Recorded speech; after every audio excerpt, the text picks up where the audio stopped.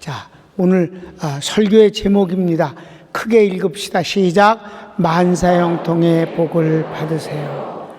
여러분 정말 그 복을 받게 되길 바라요.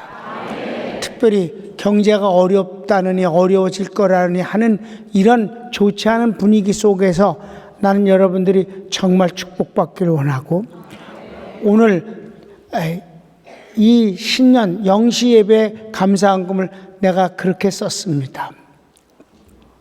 2019년 특별히 축복해 주사 우리 성도들이 정말 하나님 축복을 받게 하소서. 성도들이 축복받은 것이 곧 종의 축복입니다. 그러니까 여러분 축복을 많이 받으셔야 합니다. 먼저 만사형통이라는 것이 뭐냐 하는 것이에요. 세상적인 만사형통은 쉽게 말해서 척척이라고 표현할 수 있습니다. 뭐든지 아무 문제 없이 척척 되는 것. 근데 성경에서 하나님이 말씀하시는 만사형통은 좀 달라요. 이게 히브리어는 차라흐라는 단어인데 무슨 뜻이냐면 좋은 것만 오고 나쁜 건 안 오고 그런 뜻이 아니라 오히려 환경에 방해와 고통이 있어도 그것 때문에 넘어지거나 무너지지 아니하고 그것을 뚫고 앞으로 나가서 점점 좋아지는 것을 만사형통의 복이라고 하는 것입니다. 오늘 본문에 나오는 요셉의 얘기가, 요셉이 아버지의 무릎에 앉아 있을 때가 세상에선 만사형통이에요. 다른 형제들은 나가서 양쳤습니다. 야곱이가 이 막내 두 아들은 내보내지 않았어요. 엄마가 없기 때문입니다. 자기가 걔네들에게 복이 되고 싶어 했어요. 근데 하나님이 그 무릎에서 요셉을 뺏으셨습니다. 하나님이 만사형통의 축복자가 되기 위해서입니다. 그래서 그 어려움 가운데서 요셉이 어떻게 만사형통의 축복자가 되는가를 성경은 아주 재미있고 자세히 기록하고 있다는 사실입니다. 자, 두 번째 보면은 만사형통의 축복은 어떻게 받느냐 하면, 첫째, 하나님이 함께 하셔야 하는 것입니다. 다 같이 읽읍시다. 시작. 하나님이 함께 하셔야 합니다. 요셉이 노예로 팔려가 한바탕 죽을 뻔했어요. 구덩이에 형제들이 죽이려고 그랬습니다. 그런데 죽일 건 뭐 있냐? 팔아버리자. 그래서 겨우 은 20에 팔려갔으며 보디발의 집에 종이 됐습니다. 그런데 성경은 뭐라고 말씀하시는가? 창세기 39장 2절 3절을 한번 보시면, 시작. 여호와께서 요셉과 함께 하심으로 그가 형통한 자가 되어 그의 주인 애굽 사람의 집에 있으니 그의 주인이 여호와께서 그와 함께 하심을 보며 또 여호와께서 그의 범사에 형통해 하심을 보았더라. 감옥도 갔어요. 이거 잘 나갔는데 갑자기 보디발의 아내가 요셉을 미혹했어요. 그랬더니 요셉이 거절하니까 그가 자존심 상하고 화가 나서 뒤집어 씌웠어요. 저 종놈이 나를 겁탈하려고 그랬다고. 그러니까 주인이 그 얘기를 듣고 감옥에 쳐넣었어요. 그랬더니 감옥에서, 그럼 진짜 이번엔 아까는 노예로 죽을 뻔했다, 노예로 팔려간 건 만사불통이라고 볼 수가 있고, 요번엔 죄도 안 짓고 또 감옥까지 갔으니까 이건 만사엉망통이 됐잖아요. 세상 눈으로 보면. 근데 성경은 뭐라고 그러시는가 한번 볼까요? 21절 22 시작. 여호와께서 요셉과 함께 하시고 그에게 인자를 더하사 간수장에게 은혜를 받게 하시니 간수장이 옥중 죄수를 다 요셉의 손에 맡김으로 그 재반 사물을 요셉이 처리하고. 아멘. 함께 하시는다 여기서 두 번이나 하면서 만사형통케 했다. 그러면 하나님이 함께 하시면서 만사형통에 하는 현장을 봐야 되겠어요. 현장. 그러면 어떻게 해서 만사형통이 됐겠는가? 바로 이 복을 여러분이 받으셔야 합니다. 먼저 하나님이 함께 하시면 영감이 있게 됩니다. 영적 성령의 인도하심을 받는다는 거예요. 그런데 요셉은 어렸을 때부터 아주 영감이 넘치는 아이가 돼서 꿈을 꾸었다 이 말입니다. 꿈을 꾸어요.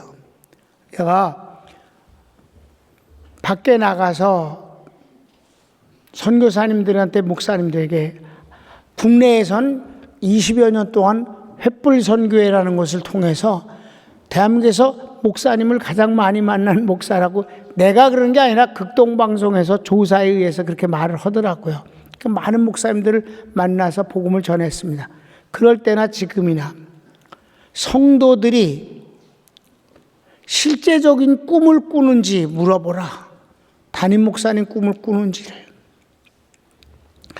이 요셉은 어렸을 때부터 꿈을 꾸는 사람이었어요. 한번 볼까요? 꿈을 꾸는 아이인데 37장 5절에서 9절까지 보겠습니다. 시작. 요셉이 꿈을 꾸고 자기 형들에게 말하 그들이 그를 더욱 미워하였다. 요셉이 그들에게 이르되 청하건 내가 꾼 꿈을 들으시오. 우리가 밭에서 곡식단을 묶더니 내 단은 일어서고 당신들의 단은 내 단을 물러서서 절하더이다. 그의 형들이 그에게 이르되 네가 참으로 우리의 왕이 되겠느냐? 참으로 우리를 다스리게 되겠느냐 하고 그의 꿈과 그의 말로 말미암아 그를 더욱 미워하더니. 됐어요. 그만. 또 꿈을 꾸는데 뭐 해와 달도 다 절하고 그런 것이 있어요. 그래서 꿈 때문에 형들이 요셉을 죽여버리려고 그랬던 거예요. 시기에서. 여러분, 영감이 없는 사람은 하나님의 응답을 믿으려고 하지 아니하고 오히려 거짓말한다고 그러고 욕하는 것입니다. 그래서 자, 요셉이 형들에게 갈아입을 옷과 그리고 밑반찬을 가지고 여기저기를 찾다가 마침내, 왜 유목민이니까 어디에 있는지 모르고 그냥 찾아다녀야 된단 말이에요. 전화도 없으니까. 드디어 찾게 됐어요. 형들이 있는 곳을 찾아오는데 멀리서 보니까 요셉이 오니까 형들이 뭐라고 그랬나 봅시다. 시작. 요셉이 그들에게 가까이 오기 전에 그들이 요셉을 멀리서 보고 죽이기를 꾀하여 서로 이르되 꿈꾸는 자가 오는도다. 자, 그를 죽여 한 구덩이에 던지고 우리가 말하기를 악한 짐승이 그를 잡아먹었다고 하자. 그의 꿈이 어떻게 되는지를 우리가 볼 것이니라 하는지라. 우리가 죽여버리면 그 자식의 꿈이 어떻게 되겠냐? 여러분, 영감이 없는 사람들은 성령의 사람을 아주 싫어하는 것입니다. 왜냐하면 그것은 마귀에게 속한 것이기 때문에 그렇습니다. 그러면 또 요셉은 꿈만 꾸는 게 아니라 꿈을 해몽하는데도 아주 영적인 능력이 있었다 이 말입니다. 감옥에 있을 때 술관장과 떡관장이 있었는데 그들의 꾼 꿈을 해몽하여 그들이 앞날에 어떻게 될 것을 맞춥니다. 창세기 40장 21절 22절 한번 볼까요? 시작. 바로의 술 맡은 관원장은 전직을 회복하며 그가 잔을 바로의 손에 받들어 드렸고 떡 깎는 관장은 매달리니 요셉이 그들에게 해석함과 같이 되었으나. 아멘. 그렇게 특별히 저가 애굽의 국무총리가 되어진 것은 아무도 해몽하지 못하는 술객들과 모든 것들이 다 예언자들이 와도 바로의 꿈을 해몽하지 못했는데 바로의 꿈을 해몽했잖아요. 그렇죠? 7년 풍년과 7년 흉년에 대한 바로 해몽입니다. 자, 우리 41장 25절부터 28절까지 시작. 요셉이 바로의 꿈은 하니라. 하나님이 그가 하실 일을 바로에게 보이심이니이다. 7 좋은 암소는 7회요 7 좋은 이삭도 7회니 그 꿈은 하나라. 그 위에 올라온 파리하고 흉한 7소는 7년이요 동풍에 말라 속이 빈 7 이삭도 7회 흉년이니 내가 바로에게 이르기를 하나님이 그가 하실 일을 바로에게 보이신다 함이 이것이라. 아멘. 영감이 있었단 말입니다. 여러분, 성령은 당신이 나타나질 않으셔요. 그러나 성령이 우리 속에서 역사하실 때 영감 있는 사람, 영적 사람이 되는 것은 대단히 중요한 것입니다. 이거는 세상의 지식이나 의사의 진단에 의해서 나타나는 게 아니에요. 그런데 분명히 말씀의 사람, 성령의 사람은 이렇게 영감을 주신다는 것을 아시기 바랍니다. 그렇다고 뭐 이상스러운 짓을, 신비스러운 짓을 하는 게 아니라 아주 자연스러운 삶 속에서 지혜와 그리고 떠오르는 아이디어와 그리고 소원과 여러 가지 속에서 그 영감은 드러나는 것이옵시다. 네 번째 보십시다. 시작. 지혜와 능력을 주셔서 이익을 남겨 점점 좋아집니다. 현장에서 제일 중요한 건 이익을 남기는 사람이 되는 것입니다. 나는 여러분이 하나님이 함께 하시면 반드시 이익을 남기는 사람이 되는 거예요. 아주 머리가 영악하고 천재라 할지라도 상대방에게 이익을 주지 아니하고 내 이익만 추구하면 그는 절대로 성공할 수가 없는 것이며 하나님을 그렇게 절대 하지 않으시는 분인 걸 아시기를 바랍니다. 그러면 어떻게 이익을 남기는가? 하나님이 지혜와 능력을 주시기 때문에 이익을 남기게 되는 것이지요. 가치관이 다른 거예요. 여러분, 노예로 팔려가면 봉급이 없는 거예요. 이미 값이 지불됐어요. 일을 잘한다고 그래서 돈을 주는 것도 아니에요. 못한다고 그래서 죽이는 것도 아니에요.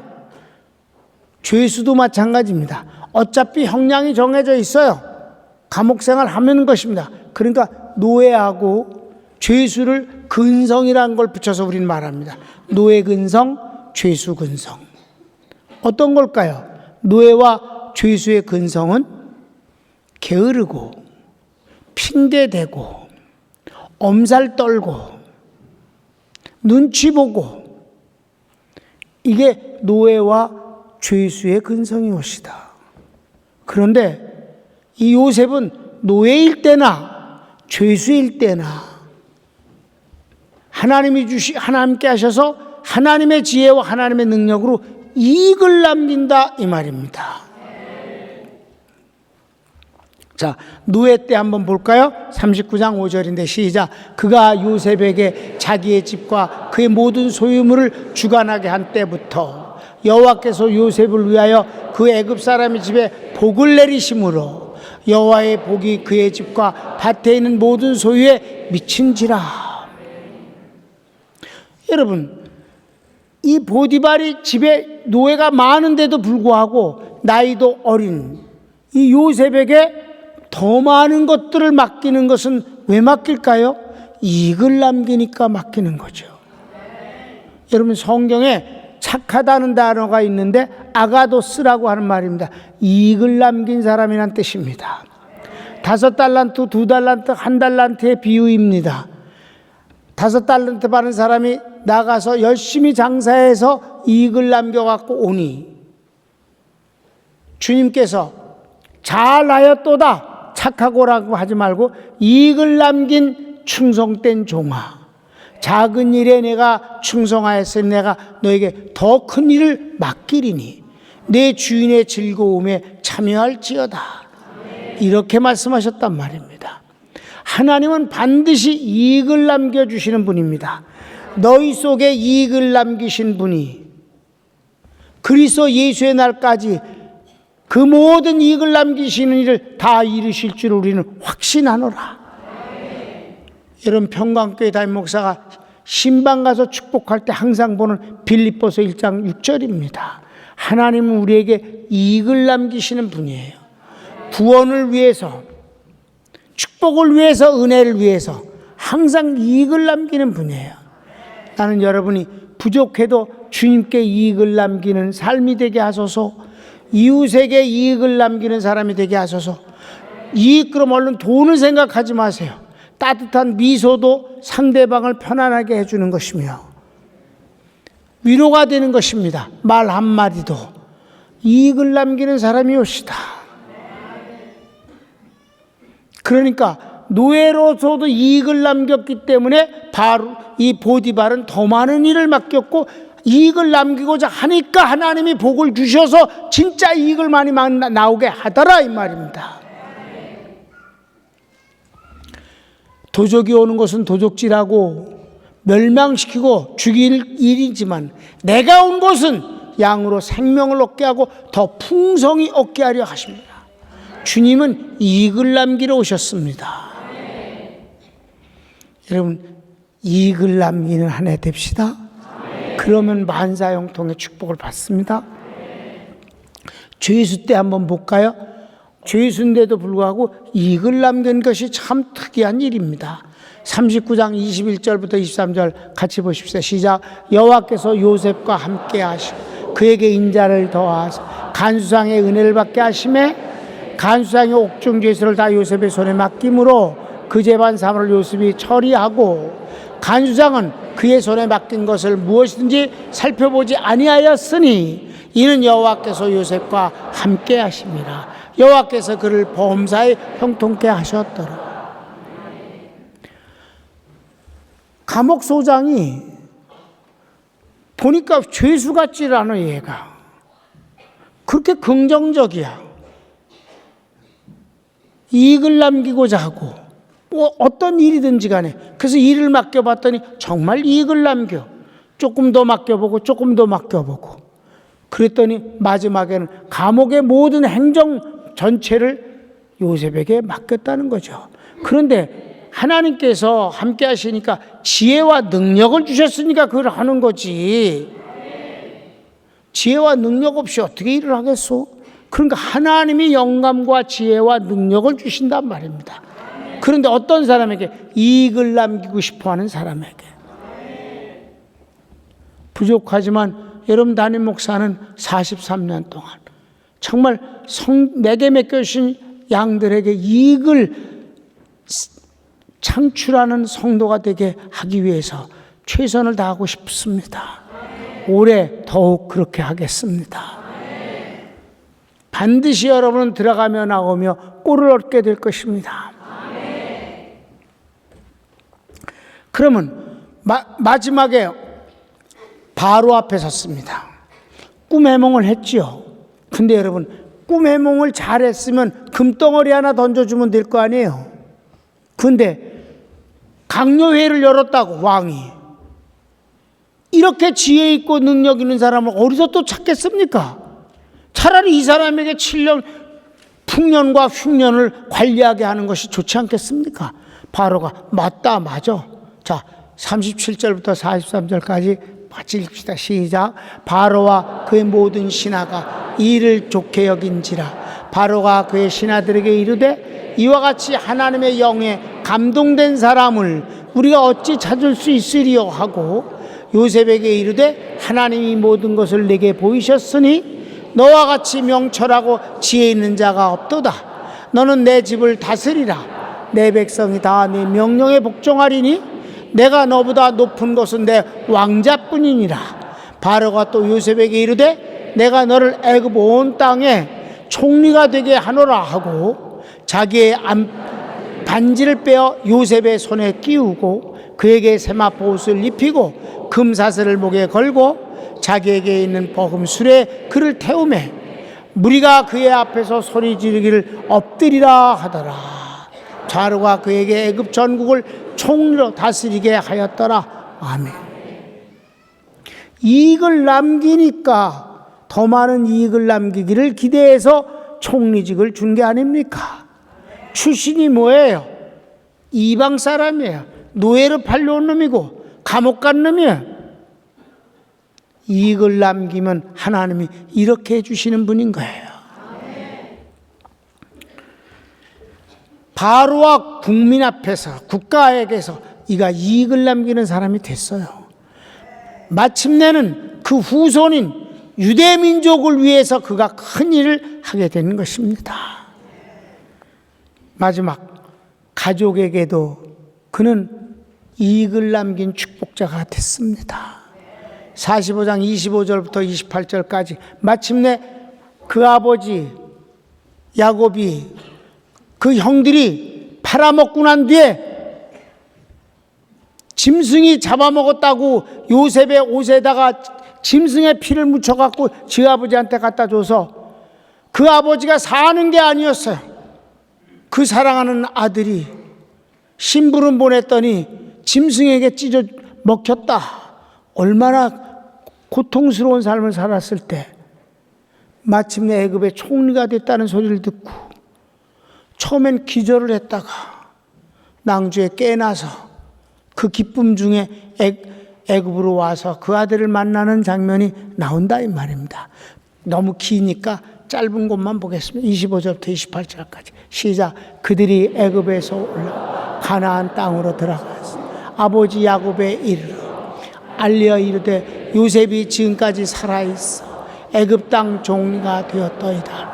야곱이 그들의 말을 믿지 못하여 어리둥절하더니 그들이 또 요셉이 자기들에게 부탁한 모든 말로 그에게 말하며 그들이 아버지 야곱은 요셉이 자기를 태우려고 보낸 수레를 보고서야 기운이 소생한지라.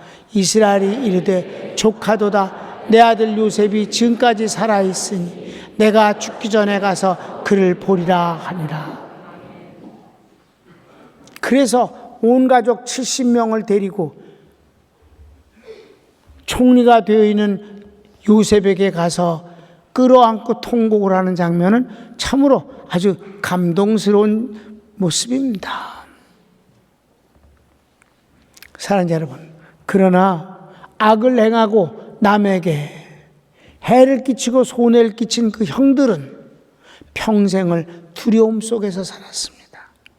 요셉이 걱정하지 말라고, 날 죽이려고 했던 거, 날 팔아먹은 거에 대해서 걱정하지 말아요. 당신들이 날 팔아먹은 게 아니라 하나님이 날 이곳에 먼저 보내신 겁니다. 이렇게까지 말했어도 그들은 항상 불안에 떨었습니다. 요셉이 언제 성질 나갖고 획딱 뒤집어져갖고 다 죽여버려라 그러면 우리가 어떻게 되는가? 야곱이 그 아버지가 죽었을 땐 더 떨었습니다. 아버지가 이제 돌아가셨으니까 아버지 살아있을 때는 우리를 참았지만 또 죽이려고 이제 마음이 변해서 죽이면 어쩌는 건가? 절대 안 그러는데도 불구하고 여러분, 악을 행한 자는 평안할 수가 없습니다. 여러분, 만사형통의 축복의 내용은 뭔 줄 아십니까? 평안이 오시다. 아니, 두려움도 생기고 기분 나쁜 일도 있고 뭐 긴장하고 그럴 수는 있지만 그게 영원하진 않아요. 영원한 건 하나님의 평안이 오시다. 사랑하는 여러분, 2019년 어떻습니까? 이 만사형통의 축복을 또 받아야 되지 않겠습니까? 사랑하는 우리 평강교회 성도들이요, 이 축복을 여러분이 받기를 정말 종이 간절히 축원합니다. 다시 손을 모아서 한번 하나님, 여러분이 훌륭해서 하나님 축복 주시는 거 아니에요. 자녀이기 때문에 축복을 주시는 거예요. 그런데 자녀라도 각각 다 다르지 않습니까? 그러니까 하나님 성령의 사람, 말씀의 사람 되어서 만사형통의 축복을 받게 하소서. 이익을 남기는 사람 되어서 점점 좋아지게 하시고 2019년도 2018년보다 더 좋아지게 하소서. 주여 한번 크게 부르고 기도합시다. 주여! 오, 사랑하는 주님 감사합니다. 감사합니다.